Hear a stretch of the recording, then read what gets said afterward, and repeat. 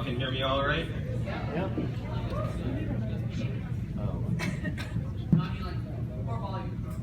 All right, more volume they say in the back. Is this better? Yeah? All right. So inshallah, this piece is called Cookie Cutter Muslim. As a disclaimer, this poem was based off of real events, and it is a form of self-expression, and it's not meant to change anyone's religious views. All right.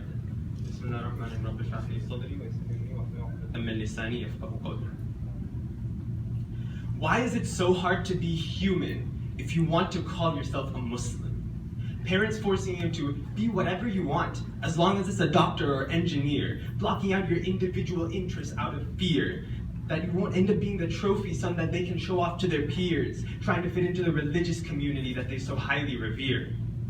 Going through the motions of memorizing the Quran, like a parrot robotically learning to repeat a song. Having religious people always tell you you're wrong till you feel like your perspective, your intelligence, never really belonged.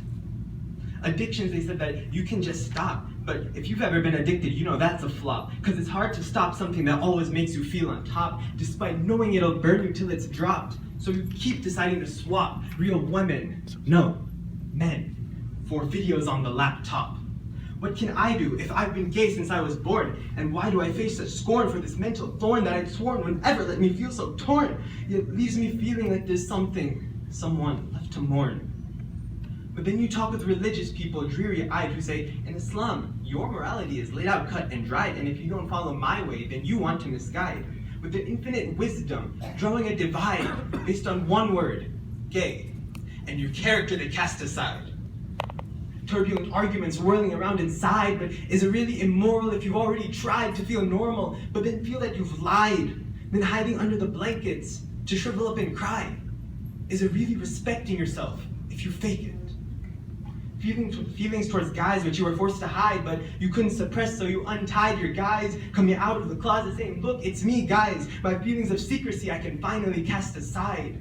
Finally living life as the same person on the in and outside. My future, my life, finally feels like it's actually mine. Then you tell your mother the truth, and she's mortified. You know how the people of Sodom met their demise, but you defy her in pride, saying, this time, I'll decide. She tried, fighting your whole family, yelling, this is the real me. Even if a gay son is a son you could never see, you've never been this confident about anything you'd ever be, so you push her away every time she makes a plea. She tries to advise, but then you deny, then after enough times you start to despise. Why do these people follow the deen if their intellect dies? Why do they idolize values from an era fossilized? Can you please just get with the times and try to modernize? There's no way this religion makes someone intellectualized. Telling my parents in a voice that's combative, I'm building the life that I, not you, will live. Keeping the boyfriend who's kept your heart captive, who's really attractive and got a mind that's active, but whenever I text him, he's strangely inactive. Yeah, I'll find a better guy someday. I'll bet this one never loved me anyway. But how many ways will you hook up and play, putting filters based on how much they weigh? When someone betrays, it becomes a melee. Buy a footlong at Subway to eat away your dismay, while your mother every day continues to pray, even as you watch her heart decay. When she looks you in the eyes, saying that she feels that she's died, you can't help but wonder if you should have complied. Is this the happiness you've tried so hard to find? Fleeting thirsts that leave a mother with no peace of mind. Have you ever cursed God for not allowing suicide? Trying to justify your actions, saying it's the experience that counts. But what if your daily suffering mounts and mounts till it's an unsurmountable fount of regret and doubt that leaves a mother to watch her son acting out, and where she went wrong is all she can think about. Then slowly you see the effects of your vanity, with pretentious aunties questioning her sanity, with her beloved community judging her silently, making her feel excluded from society, as if her son's choice gave her the notoriety of someone acting without sobriety. I realize with terrible poignancy that my pursuit of happiness is planned haphazardly and so pointedly self-centered that unavoidably the success I look for will never be. The people who love me are broken.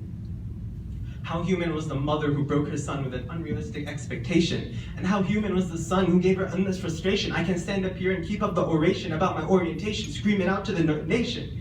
But until something changes, this uncertainty feels like eternal damnation. How much heartbreak do you need to have seen? How much will you continue to push away the beam? How long will you keep your eyes behind a screen before you swallow your ego, lower your head, and cry, اهدنا الصراط المستقيم.